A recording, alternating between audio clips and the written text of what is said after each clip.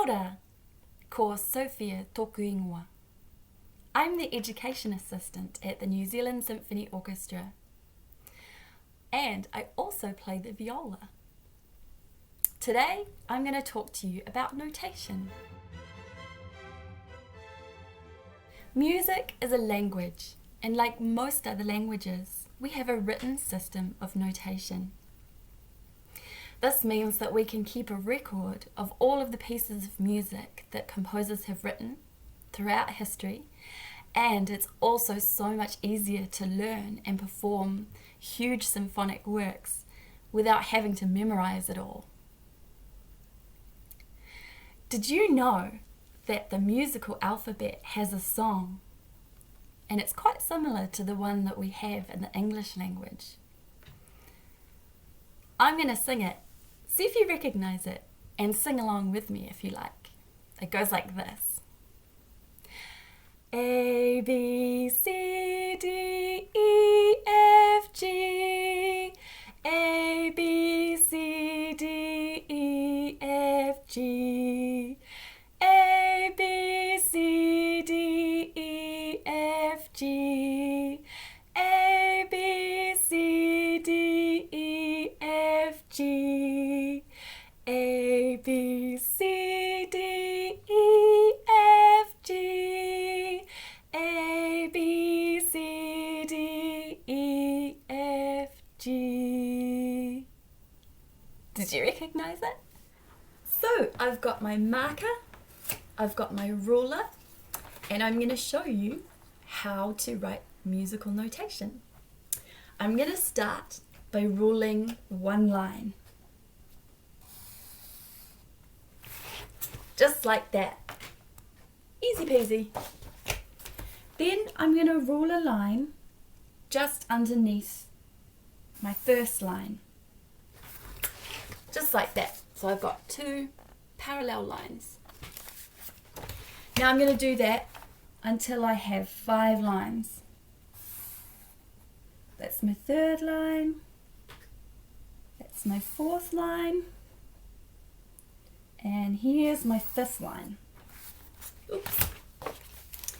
So, this is a musical stave, and that's where we're going to write all of our music.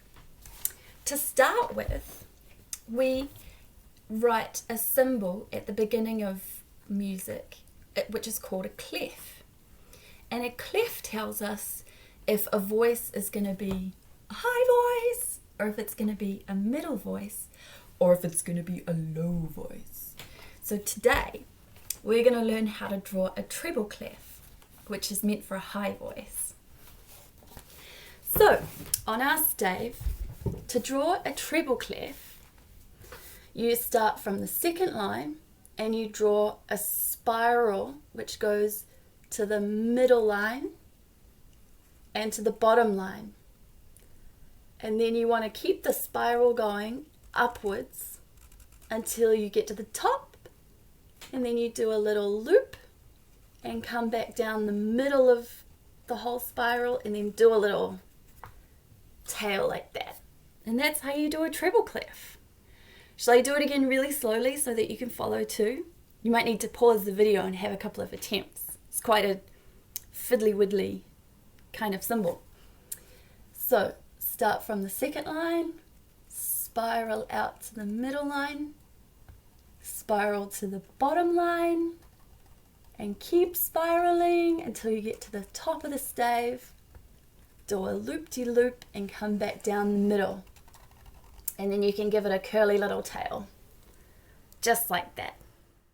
Great! So now that we know how to draw a stave and a treble clef, I'm going to ask you to draw 2. So we've got one stave here and a 2nd stave beneath.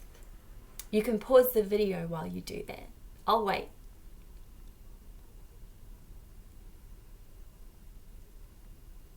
Great! Have you got your 2 staves drawn in? So, we write notes on the lines and also between the lines. So, the bottom line, we can draw a little note on the bottom line, and that's called E. That's note E. The second line is called G. And then the middle line is called B. The second to top line is D. And the very top line is F. Now, there's a really cool way you can remember the names of the notes on the lines. And that is, you can say, every green bus drives fast. So if you can remember that little sentence, you can remember the names of the notes that go up the stave on the lines. Shall we have a listen to what those notes sound like? I've got my viola here.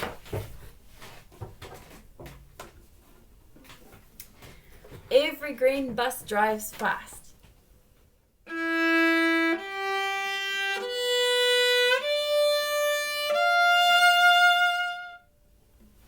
So that's what E, G, B, D, and F sound like. Now, let's have a look at the notes in the spaces. Now, as you can probably already read, the notes in the spaces spell the word face. So, here's the F, and the second space is A, the third space is C, and the last top space is E. Face. So let's have a listen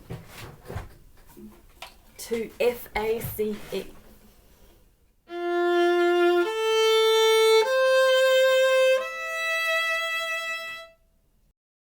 Now I'm going to show you how you can write your own piece of music. So I've done 2 more staves here, and I've also added a few things.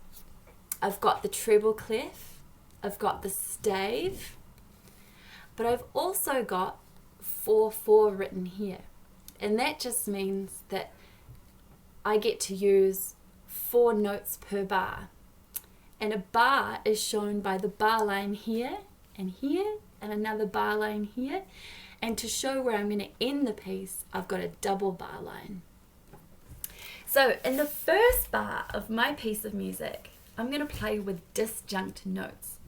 And that means that I've got a group of notes that have really large intervals. So a really large interval is starting somewhere low, going to somewhere high, going to another low note, going back up high again. So those are disjunct notes. So I'm going to start by writing a note on the very bottom line. And then I'm going to go all the way up to the second top line. And then I think I'll go to the lowest space. And then I'm going to go to the middle line. And there I've got notes with all these wide intervals. In my second bar, I think I'm going to use conjunct notes. And that means that the notes are all really close together. So I'm going to start with the note D in the second top line here. And then I'm just going to play with the notes really close by. So I'm going to step below to C, a step below to B, and then back up to C. It's all very stepwise. Now, in the third bar, I think I'll spell out a word. And that word, I'm going to choose aced, because writing music is totally ace. So, I'm going to start with A in the second space, and then C in the third space, E in the top space, and D on the line below. And then to finish with, I'm going to finish on the note C And I'm just going to write a semi-breve, which just means a long note and that's worth 4 notes. Great, so I've got my 4 bars and I've got 4 notes per bar, and the last bar is worth 4 counts. So let's see what my tune is going to sound like.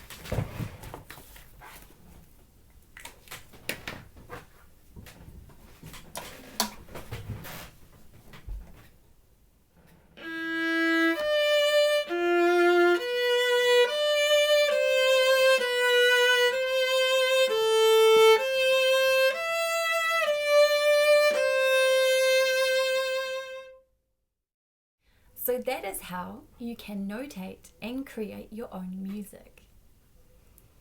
If you wrote a score today, I would love to see it. You can email it to me at education@nzso.co.nz. For our next video, my friend Eleanor is going to tell you all about the conductor, who is a very important person in the orchestra. Thanks for joining me today. Ka kite anō.